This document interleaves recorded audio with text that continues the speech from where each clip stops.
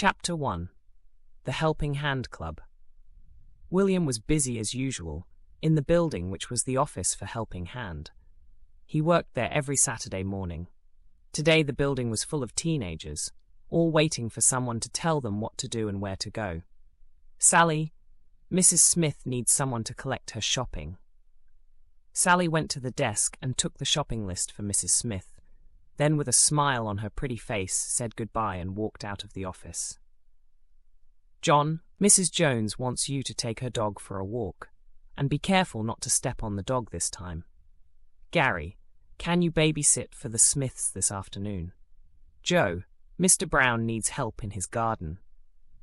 The telephone never stopped ringing, but slowly, as time passed, the office became calm again. Most of the teenagers were out helping the people of the town. The rest were by the coffee machine. Someone switched on the cassette player, and William sat in his chair more comfortably and closed his eyes. Hello. William opened his eyes. A lovely girl stood in front of his desk, smiling. Hello, young lady. Who are you? I'm Kathy. I'm new here, and I don't know anybody, so I thought perhaps I could help you. You said the magic word. Help is always needed round here. In fact, as soon as Joan gets back, I'm taking the library van to the old people's home, and I need someone to help with the small trolley. Why don't you get some coffee and meet the rest of the group? Suddenly, the door flew open, and a tall, smiling girl came in. Sorry I'm late. Mr. Tagg took a very long time to finish at the foot clinic. He's back home now, so here I am. Any problems, William? Nothing serious, but we do have a new helper. Kathy, come and meet Joan. She's the manager here. William's taking me to the old people's home to give out the library books, if that's all right. Lovely, but watch out. William is a terrible driver, so fasten your seatbelt. Don't believe a word she says. Bye-bye, everybody. See you later. All right, but not too much later. We have a lot of things to do, you know. Everyone laughed, as there was really not so much to do that day. William and Kathy walked out of the office and got into the van. Don't worry, Kathy. I'm a safe driver, and it won't take us very long to do this job. Kathy smiled at William and looked at the busy street outside. I'm not worried about your driving, but it will take us a long time, as there's a lot of traffic in the streets today. All right then, let's hit the road. Chapter 2. The lady in room 16, the old people's home, was outside the town. When they arrived, William parked at the main entrance. He went to the back of the van and pushed a big trolley of books out of it. Kathy took the smaller trolley. I'll go to the main room downstairs, and you take your trolley round the rooms to the old people who can't get out of bed. The matron will give you the room numbers. Just then the matron arrived. Hello, William. They're waiting for you. But who's this? Hello, I'm Kathy. I'm new at Helping Hand, and William asked me to come here. Thank you for coming. They always like to meet new people from the town. This is the list of room numbers. Leave the lady in room 16 last, because she likes to talk and feels lonely now that she has to stay in bed. All right. William pushed his trolley into the large, sunny room on the left of the hall. Kathy pushed her trolley down a narrow corridor with doors on each side. The old people were happy to meet her and asked her lots of questions. At last, Kathy arrived at room 16.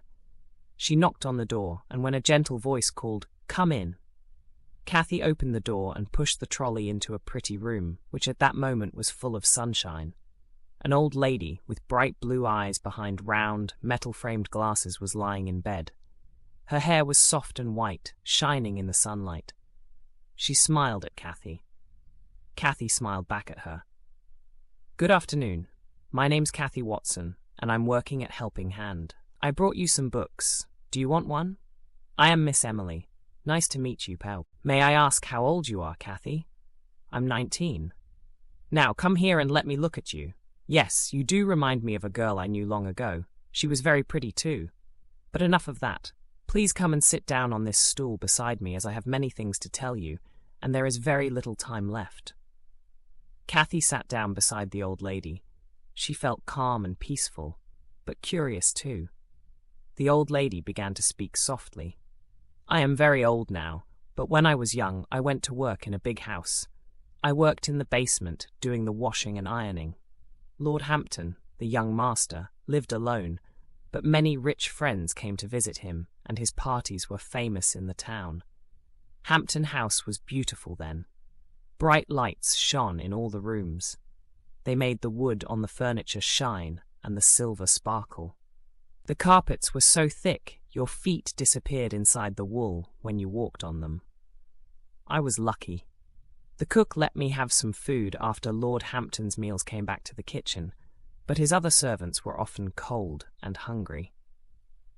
How terrible! Lord Hampton wasn't a bad man, he just thought servants. No, he didn't think about servants at all. Rich people and his work, that was all he thought about. Do people still work there? Cleaners, gardeners, and maybe the young people from Helping Hand sometimes? No, the house is old and needs lots of repairs. Nobody ever goes there now. And Lord Hampton? There was no answer from Miss Emily. Her eyes were shut and there was a smile on her lips. The kind of smile children have when they are keeping a secret, thought Kathy. Do you want a book to read? No, thank you. Come and visit me again another day, Kathy. Kathy stood up and quietly pushed the trolley to the door. She opened it, went out of the room and back into the narrow corridor. What took you so long?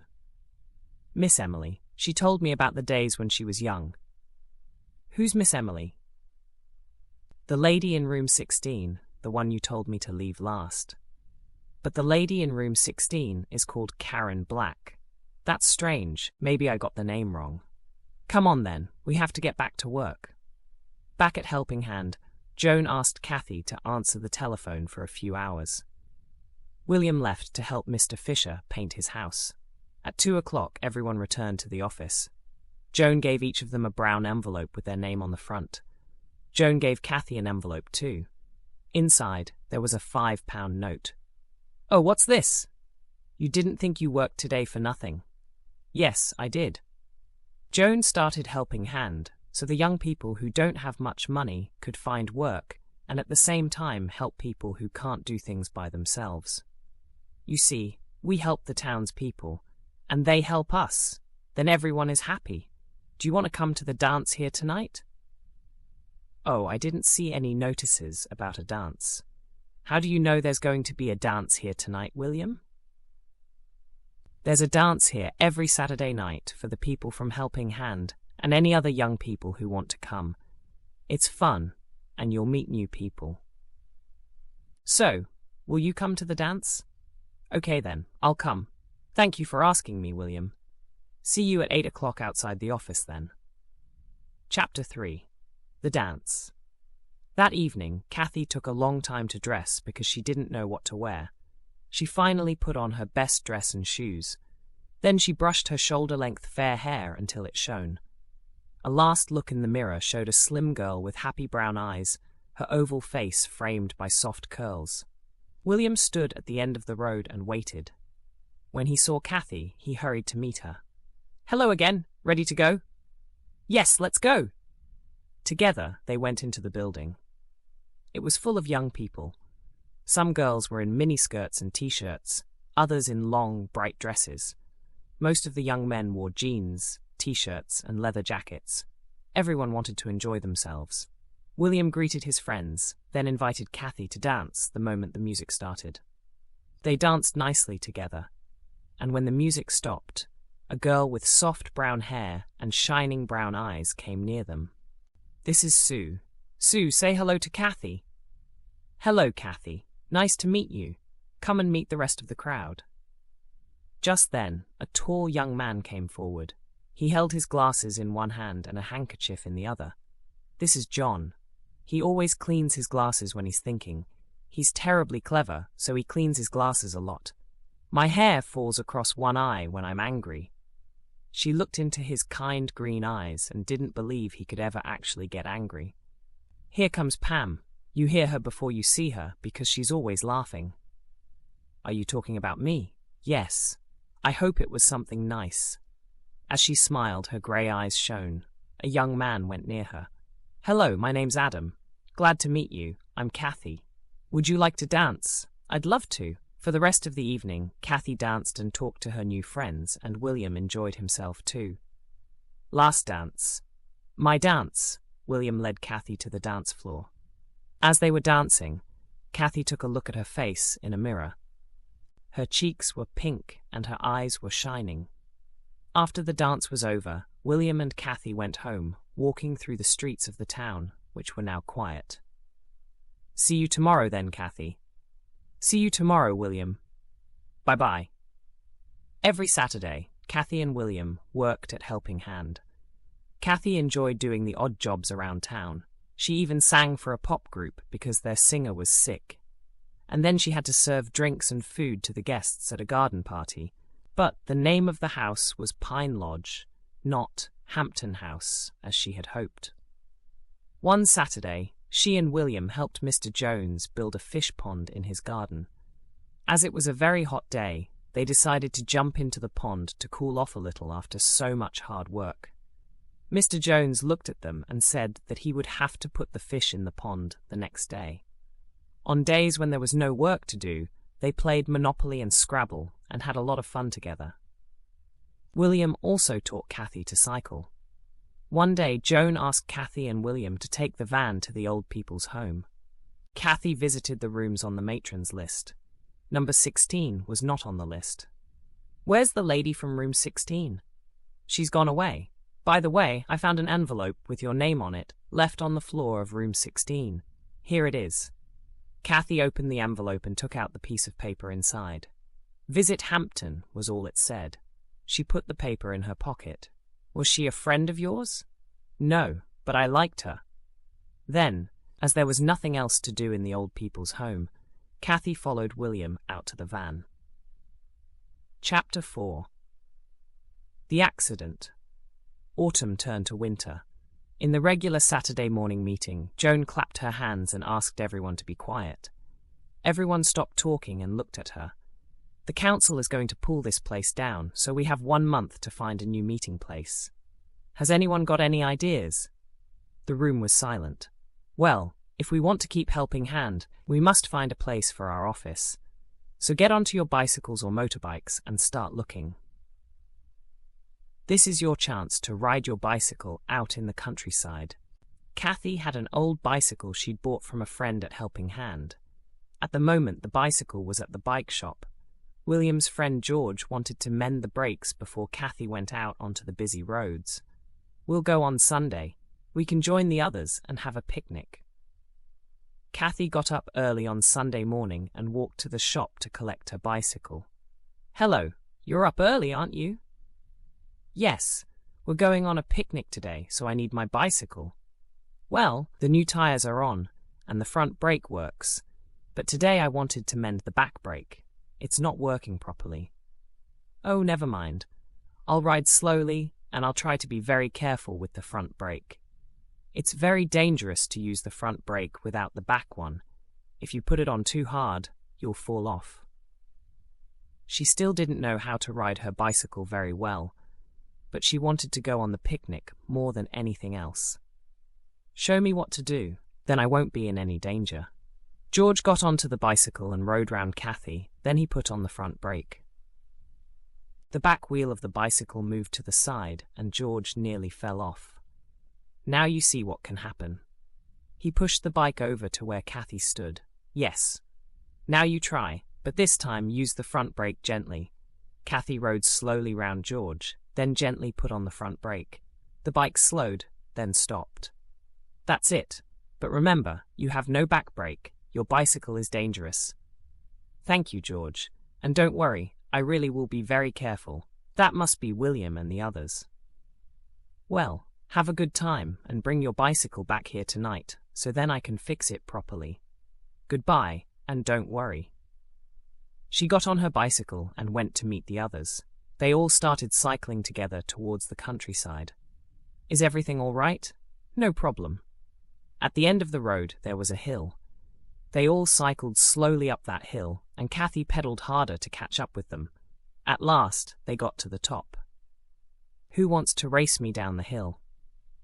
They started going down the hill. They were going faster and faster, and William was singing loudly. "This is like flying." Kathy's bicycle zoomed down the hill. Suddenly, Kathy saw a crossroads at the bottom of the hill. A lorry was coming slowly from a side road moving into the main road. Gently, Kathy put on the front brake of her bicycle, but it just slowed a little. It didn't stop. "Put your brakes on, Kathy." "I can't." "William, help!" "Oh my God!" Kathy froze with fear. She saw the look of horror on the lorry driver's face just before she crashed into the side of his lorry. Then, for a moment, everything went black. Chapter 5. Life or Death. Kathy heard people shouting, and then the sound of her bicycle wheel spinning round. She opened her eyes and saw William's face, among other faces, looking down at her. Finally, she felt the pain all over her body. It slowly spread from her head to the rest of her body. It was so bad she could hardly breathe. A siren sounded in the distance. William, who sat on the road next to her, gently lifted her head. "You shouldn't move her. The ambulance is coming now." "This is a bad one. We'll take her now." "Can I go with her in the ambulance?" "She won't know you're there, but get in if you like." "Don't worry about your bike. We'll bring it to the hospital." "Thanks." William climbed into the ambulance and sat down near Kathy. He felt terrible. In fact, he was shaking. Kathy looked so white, and there was a deep cut on her head. At the hospital, William was walking beside the stretcher, praying for Kathy's life while tears filled his eyes. The nurse came up to him. "Wait here, please." "Will she be all right?" "I'm sure she will. You should drink a cup of sweet coffee. It's good for shock. You look terrible." The nurse brought William some coffee. He drank the hot coffee slowly. The long wait had begun. Slowly, the young people from Helping Hand started coming into the hospital. At first, they talked to William, but he didn't want to talk. He only wanted Kathy to be well, happy, and laughing again, as she was a while ago on the way to the picnic. 1 hour passed, then another. The young crowd left, but William sat quietly and waited. The clock ticked on the wall, and the hands moved round, then round again. William hated that clock. Then the door opened, and the doctor walked up to him. William couldn't speak or even breathe. "Are you William?" "Yes, how is she?" "A nasty bump on the head, some cuts and bruises, but nothing broken. She's awake now and wants to see you." "Ah, she also shouted the name Hampton House." "Is it her home?" "No, it isn't. She must stay in town when she leaves the hospital. No long journeys on trains or buses. I'll make sure she stays in town, but can I see her now, please?" Yes, she's waiting for you." Kathy smiled shyly at William. He looked tired, and his t-shirt was covered in dirt and blood. He sat down on the chair next to her bed. "How do you feel? You gave me an awful fright." "Much better now. The doctor says I can go home tomorrow." "Yes, he said you're fine. He also told me that you said something about a house called Hanton, or something like that." "Hampton House. A lady I met in the old people's home said she used to work there once." A nurse came into the room. "It's time you went, young man. Come again tomorrow and take her home." "Good night, Kathy. See you tomorrow." "Good night, and thank you, William." Kathy relaxed and closed her eyes. She thought about the old lady's story. Who was the old woman? Why did she tell me about her past? She seemed to know me, but I had never seen her before. Rich masters with lots of servants have not been around for a long time, and the old lady looked so old. This Lord Hampton, can he still be in that house? Why did she give me the invitation? Oh, it's the bump on my head that makes me feel confused. The man must be over 100 years old. The house is probably empty. With this last thought, Kathy felt very calm. When the nurse opened the door a few moments later, she was pleased to see that Kathy was asleep. Chapter 6. Hampton House. For the next few days, Kathy stayed quietly at home. In the evenings, people came to visit her and told her about the search for a new meeting place. Everyone in the town was helpful, offering their garages, garden sheds, or even their spare rooms, but none of the places were any good as an office for Helping Hand. That's it then. Helping Hand will have to close. What about Hampton House? An old lady at the old people's home was telling me about it. Maybe it's just what we need for an office, as it's been empty for years. It's worth a try. You never know. 2 days later, William found some information about the house. He told Kathy that it was near the old people's home. He had checked on an old map of the town and found out where it was. We're going there this afternoon. Do you want to come, Kathy? Of course. You can't leave me behind. It was a warm afternoon. Kathy sat behind William on his motorbike and waved to the crowd from Helping Hand. They wanted to come and look round the old house too. After a long ride, they finally saw its old wall with tall iron gates in the middle of it. Some energetic young people climbed up onto the high wall, while others looked in through the gate. Kathy saw a wild garden with old trees covered in ivy. The house was exactly as she had imagined it, except the roof had fallen in. The windows were covered in dirt and dust, and they were cracked from the stones children had thrown at them for fun. It's falling down. What do you think, Sue? It does look dangerous. Where are you going, Adam? I'm going to have a look round. Adam jumped off the top of the wall into the garden. Everyone watched in fear as he tried to walk across the wild garden to the house. Suddenly, he came back to the wall and climbed quickly over it to the road. Snakes! The garden is full of snakes! That's it then. We can't use the old house. I'm not afraid of snakes. Before anyone could stop her, Kathy climbed up to the top of the wall and jumped down. Carefully, she walked across the garden to the heavy wooden front door. She bent down and cleared the stones and earth from the bottom. Then she slowly turned the big brass handle to open it. The door opened just enough for Kathy to get inside. Then it closed behind her. Kathy was in a large room. The walls were cracked and peeling. The ceiling hung down in places, and the floor was covered in dust. The few floorboards that showed looked worm-eaten and dangerous. Kathy saw a great staircase covered with spiders' webs and a small mouse sitting on the bottom step. Quickly, it jumped away in a cloud of dust. Kathy became so frightened that she couldn't move. She was ready to leave the house when she saw a large table and 4 chairs. There was no dust on them. A candlestick stood in the middle of the table with a lit candle in it. Kathy went closer, and at that moment she heard the voice. "Please sit down, Kathy." Strangely, Kathy felt relaxed and comfortable when she heard it. She sat down on the nearest chair and waited. A plate of delicious food appeared in front of her. It was hot and smelt delicious. Kathy felt hungry, so she picked up the heavy silver knife and fork.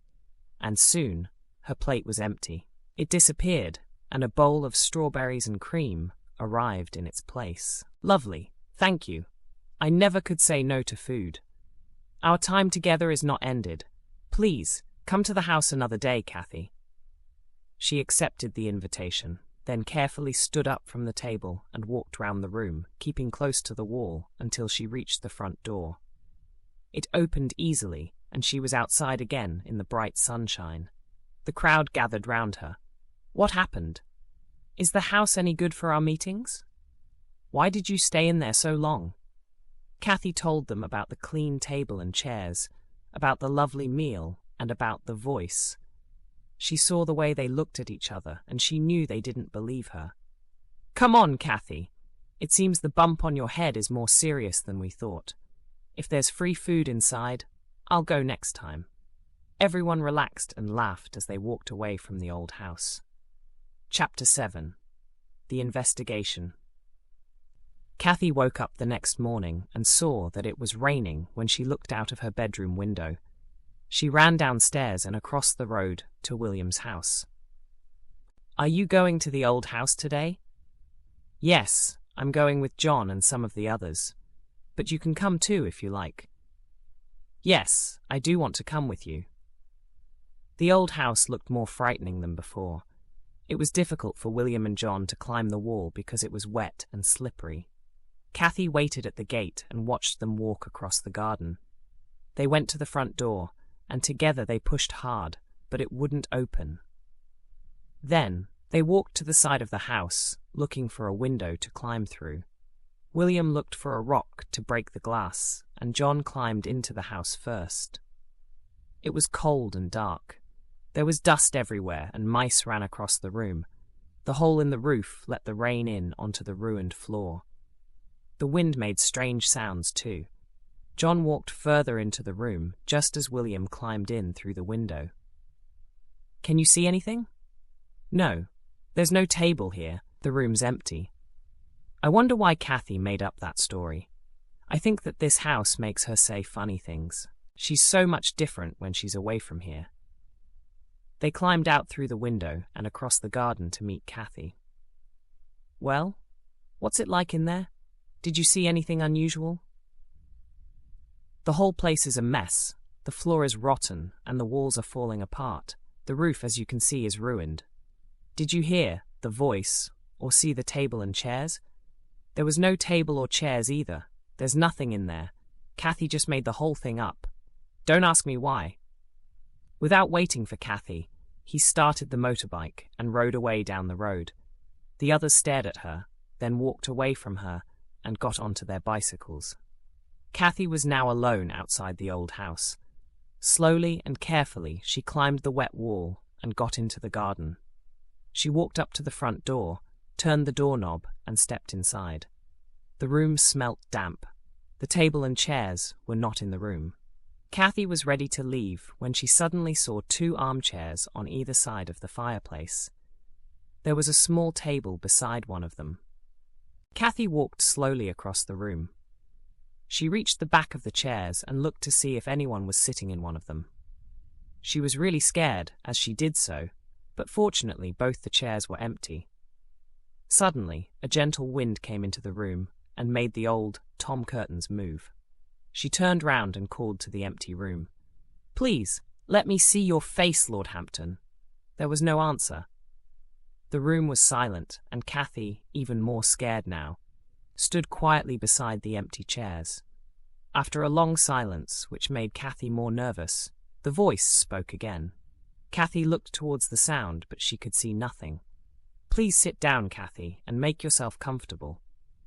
She sat in front of the brightly burning fire and waited. She forgot about William and the others at Helping Hand. "I have a gift for you. There's a box on the table next to you. Do open it." Kathy carefully opened the box. Inside, there was a small diamond heart on a chain. "Put it on, then I must explain why the heart belongs to you." Kathy put the chain over her head. Then she sat quietly and waited. The voice echoed round the room as the story began. Chapter 8. Lord Hampton's Story. When I was very young, I lived in a village where the people were very poor. I worked on a farm picking fruit and planting vegetables.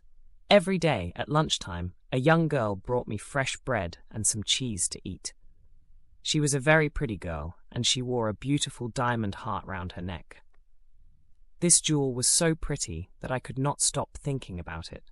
Late one night, I went to her house, sneaked in and stole the diamond heart which was beside her on a pillow.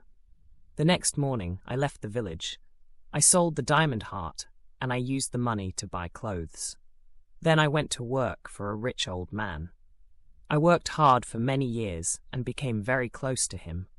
I often thought about the girl whose diamond heart I had stolen, but I never went back to my village to see her. One day, the old man asked me to visit him in his house. He said to me, "I have no family. You are a good man, and I want you to have my business and this house. After I die, everything I have is yours." Soon after he died, I inherited his money and became a very rich man.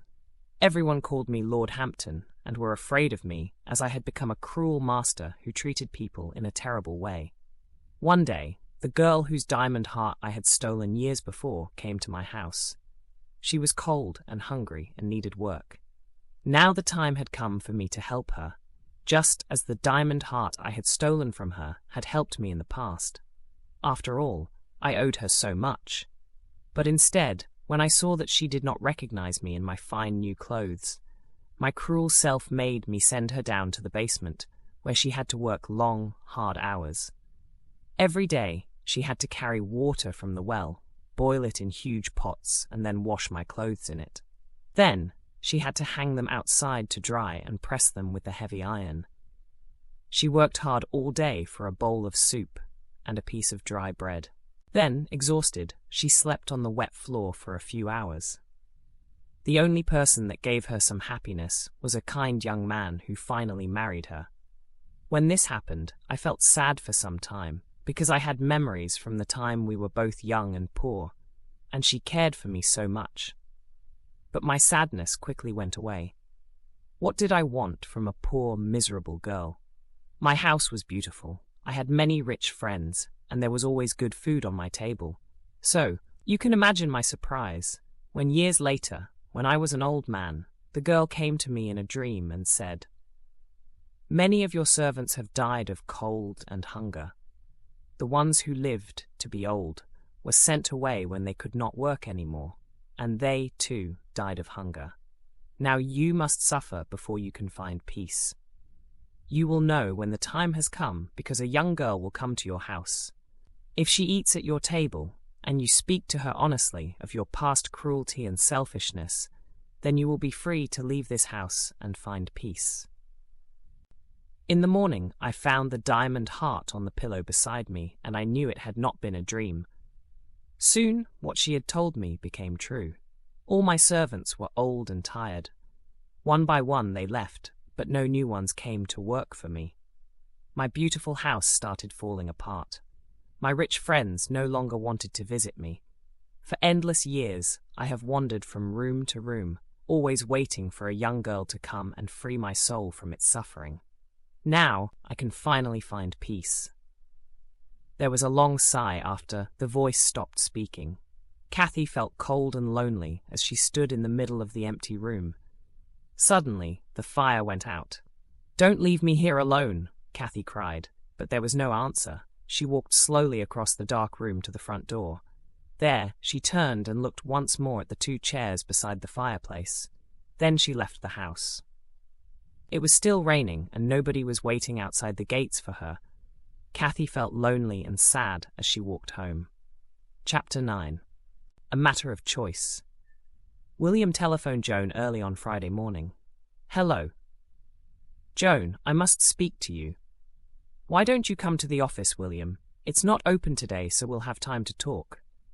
William hurried to the office, and after Joan unlocked the door for him, he sat down opposite her in front of the big desk. "I need your help. It's about Kathy and the strange happenings at Hampton House.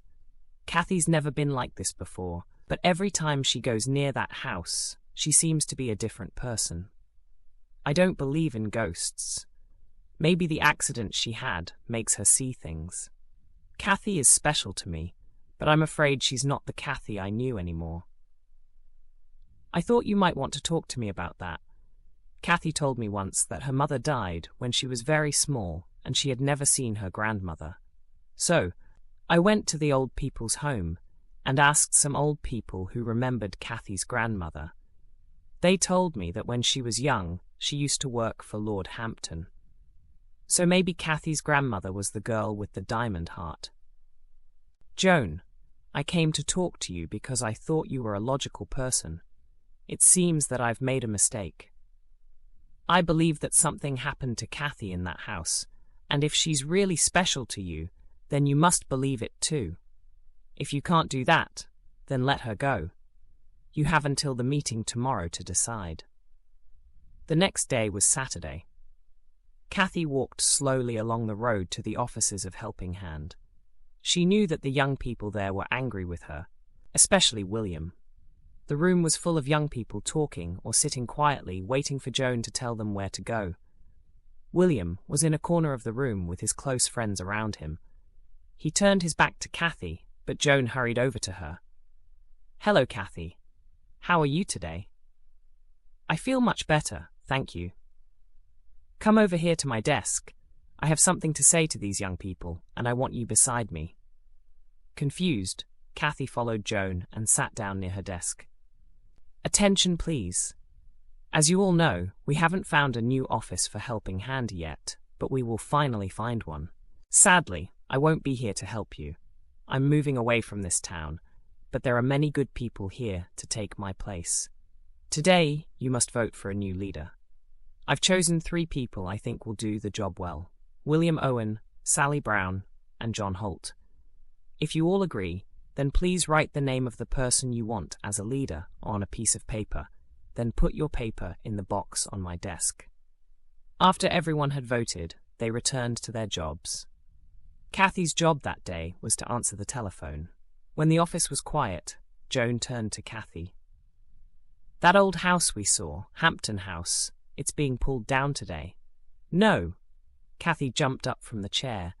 She ran outside feeling that she had to visit the old house one more time. Chapter 10. The final moments. Kathy could hear the noise before she got to the house. She saw lorries blocking the road outside it, and workmen walking in and out. Then she saw the bulldozers. They were breaking the windows and the wooden balcony. Soon, the rest of the roof fell in a cloud of dust. Poor Lord Hampton. Now he'll be in that old house forever. I came too late. Now I can't do anything to help him. The bulldozers were ready to pull down the rest of the house. A moment before they did so, Kathy saw a blinding light rising slowly above the house. For a moment, the house looked the way it did in the past, full of glamour.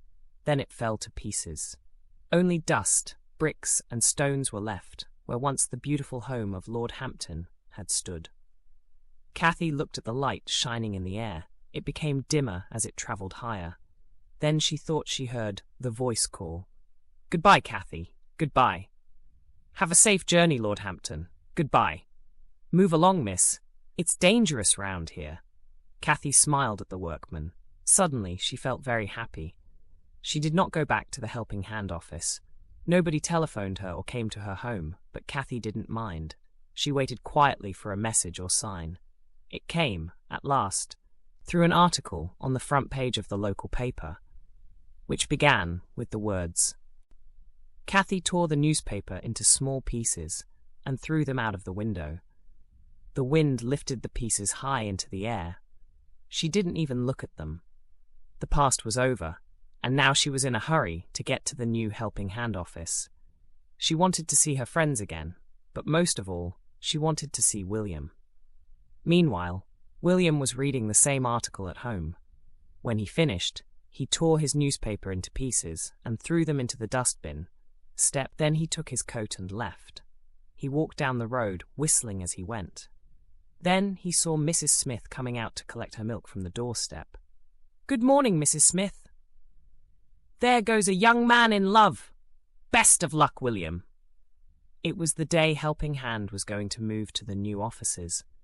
The old building was full of people who were anxious to help, but it did not take more than a moment for William to realize that Kathy was not there. Suddenly, he felt miserable. He sat in his chair and closed his eyes. "She's right, of course. Who would want to be with a selfish person like me? I almost called her a liar, and I wasn't there when she needed me. Are you speaking to me? Kathy, I'm so sorry about what happened. I was selfish and cruel to you, but I promise you'll never be lonely or afraid again." William took Kathy's hands into his and looked into her eyes. She looked back at him. "Hampton House was—" "Forget Hampton House. It's part of the past." "Yes, but if we have any future together, if we have a future together." "Oh, Kathy, I want that more than anything. But can you forgive me for the way I acted? I will never doubt you again." "Of course I will, William." "Oh, Kathy, I love you so much." "I think that's everything." Sue, with one of the removal men, was looking round to see if everything had been cleared away. She saw William and Kathy holding hands, looking into each other's eyes. "Well, you'd better put those 2 in the van. It's the only way we'll get them to the new offices." They both turned to look at all the people watching them. William threw his head back and laughed. So did everyone else, their joyful laughter filling the building for the last time.